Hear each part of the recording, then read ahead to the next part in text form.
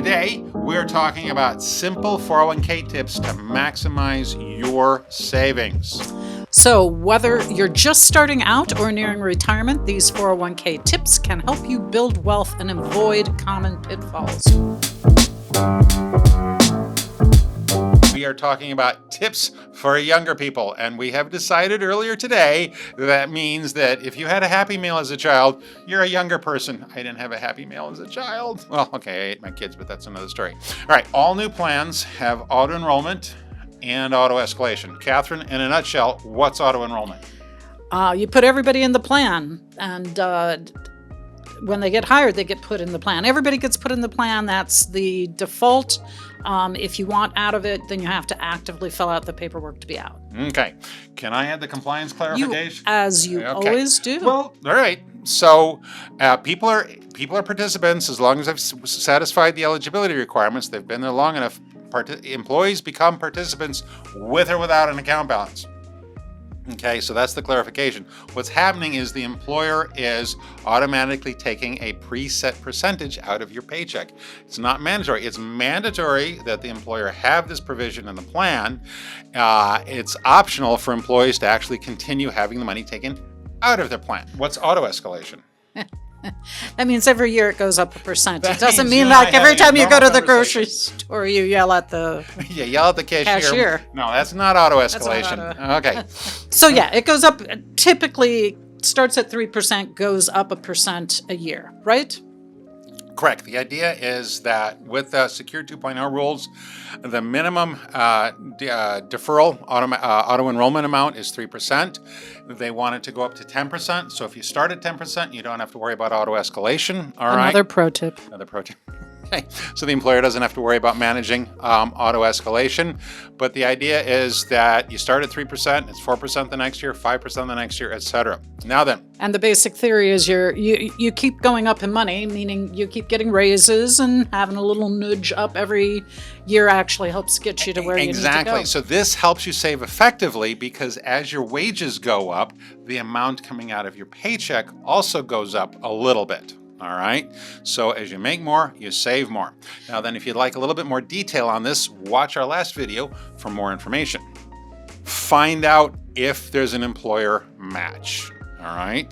Good advice in all situations. Exactly. Now then, so there's this thought that you don't want to leave money on the table. So what is that, Catherine? Explain the concept of not leaving money on the table. Well, to know how much you contribute to get the maximum amount, meaning of match. So, I'm only going to do $1,000. Well, if you can contribute more and to get to the highest amount of match, that's considered the best thing to do. Right. So if your company is deferring, so if your company has a match formula that matches 5% of your compensation, what's the minimum match? What's the minimum deferral you want to do? 5%. Yes. If your employer is doing a matching contribution of some percentage of 5%, if you can, you want to defer at least 5% so you can get all of the match that the employer is offering. What else is there? Well, consider Roth contributions. Exactly. What's a Roth contribution? It's after tax. You've paid your taxes, now you make your contribution. But what's special about the after-tax contributions? It's all yours. It's tax-free. Yeah. Well, tax-free when you take it out. Yes, that's what I mean. Yeah. Right. So the growth is tax-free. The growth is tax-free. Okay. So now then, all right. And this is we figured out this out doing other videos because when we read social media looking for ideas for the videos, people keep talking about I got a 401k plan. Is that what you call your doom scrolling? Research? Yeah. Okay. I'm just making sure. Yeah, like everybody else calls it research, okay? That's my research, all right? So we kept saying on social media, people, well, my company offers me a 401k plan and a Roth 401k plan, and it drove me nuts. Beep. Okay? Your employer's offering one plan. They're not going to double their costs, okay? One plan, two features. Right. But we finally figured out why people were thinking about it like this because they're two separate IRAs. You have a regular IRA and you have a Roth IRA. The Roth IRA is separate. The Roth 401k is not separate, okay? But so when you make money, when you make deposits pre-tax, okay, you save the taxes now, but everything that comes out is taxable. With Roth, you pay your taxes Immediately. now.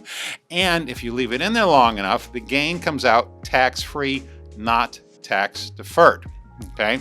So now then, most plans these days offer Roth contributions because of some other Secure 2.0 laws. So have a look at Roth. Figure out if it's for you.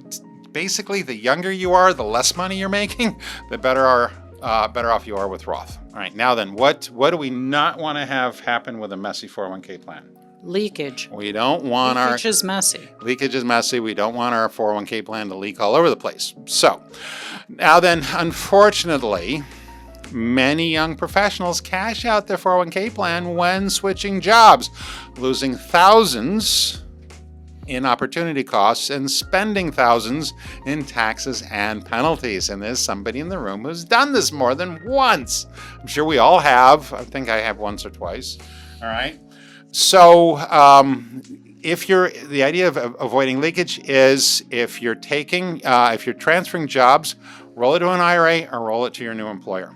All right. Because every bit counts. Absolutely. It really matters over the life of your career. If you've accumulated $10,000 and you go to your next employer like, oh, it's only 10 grand. Well, but that's going to probably cost you at least $30,000 in taxes and penalties. 3,000. Sorry, 3,000. It's going to cost you $30,000. It's quite a penalty. Yes, it's a 300% tax. No, you're looking at probably spending at least $3,000 in taxes plus and penalties at least. All right, if you're under 59 and a half, which is because we're talking about the Happy Meal generation here. So you miss out on that $10,000 having decades more of compound growth. All right, so your pro tip is, when switching jobs, roll your 401k into your new employer's plan or an IRA. Don't cash it out. So now then, obviously, as people get closer to retirement, there are some things that you need to pay attention to. You've got a different focus, you need to have a different strategy, and you need to pay attention to different elements. Now then. Because the object is closer to you than it appears in the mirror. In the mirror, yeah. That's exactly right. Exactly right. Now then, so if you're 50 or older, in 2025, you can contribute an extra $7,500 per year because of the extra catch-up. All right, that doesn't come out of the employer's pocket. That comes out of yours. But what do certain people have starting this year? Well, special people from 60 to 63 have additional catch-up. Right. So this year it's $11,250. It's basically another 50% on top of catch-up. It's not just a one-time thing. It's a rolling age 60, 61, 62, and 63. So now then, I was 63 at some point this year, but because I turned 64 this year, I don't get none of this extra money. All right. There was only one payroll anyway. That doesn't matter. That's beside the point. Okay. Now then, so your tip is to log into your 401k and or your payroll vendor and make sure your contribution has been increased to take this new limit into account. Now then, the closer you get to retirement, you need to be paying attention to your tax strategy, and you need to be paying attention to how much you should be doing in Roth and how much you should be doing in pre-tax. Employers, for the most part, I know there's some Secure 2.0 rules, but for the most part, employers are putting money in pre-tax. Okay, so that's your pre-tax portion. What portion of your retirement account should be Roth? Okay, that's up to you to figure out, not your employer, because that is not subject to any coverage or non-discrimination requirements. That's your individual awareness. Now, Katherine, why do you like the idea of having more RMDs? I just gave away the answer. Why do you like having more Roth the older people get? Well, when you hit age 73, and it is now 73, you have RMDs. And if your money's, the portion that's in Roth, you don't have to do the RMD for. Correct. Okay. So a lot of people, in your 401k plan. In your 401k plan. That's a cool thing. You got to actually pay it. You get closer to retirement, you got to pay attention to when your RMDs are, because guess what? You as the participant are supposed to keep track. Correct. Because when you're over age 73 and no longer working, presumably no longer working, your pre-tax or tax-advantaged accounts are going to be subject to RMDs, which means more. That's a taxable income for you. You have to take that out. You do not get to roll RMDs over to an IRA. The whole point is to take a taxable distribution. Okay.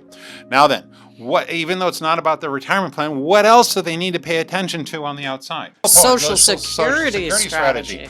When are you getting Social Security? When are you signing up? How are you signing up? Okay. It is part. Can I ask? I thought I heard the break-even point was 14.5 years. Does that sound right to you? 14.5 years of what? Okay. So if you take Social Security at 62, you think that you're going to. It takes 14.5 years to get to the break-even point, and that's where you. What break-even point? I am getting there.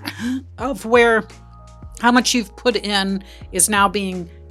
You're above what you put in. Everything else is gravy after that.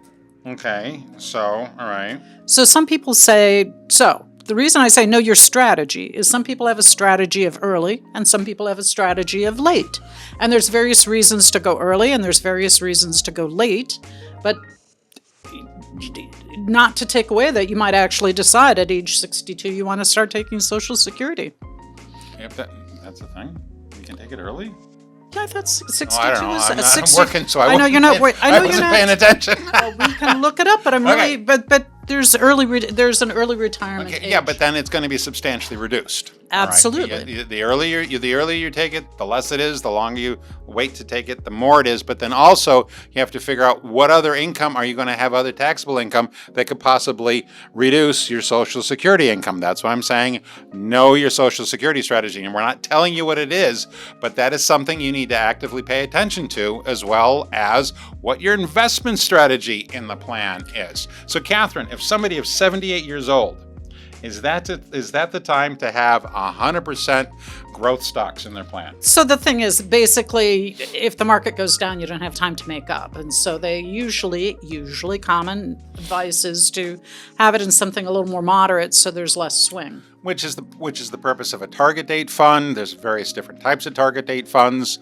There's glide path and a whole bunch of other things. But the thing is, you have to understand as you age, okay, well, or as the number of working years reduces, you need to be paying attention to what your investment strategy is. All right. Now then, also one final little tip. Are your participant loans paid off? Because quite frankly, if you retire and you don't have them paid off, aren't they going to be deemed? Well, yeah, they're going to. Yeah. If you do a distribution from your plan, the participant loan doesn't come with, it's a taxable amount. Okay, so when you know where you are on that participant loan. Exactly. If you have a participant loan, know where you are. So if you want to see how much you can save when starting a new 401k plan, go to our tax credit calculator using the link in the description. Thank you very much for watching. You know what your call to action is. Like, subscribe, tell your friends, tell your neighbors, tell your enemies, but most importantly, don't forget to keep those to keep those cards and letters coming. Are you going to say like lords and ladies? I was going to say lords and ketters. Lords and ketters? Lords and ketters. See you later. What's that? It's a speako, not a typo. Speako.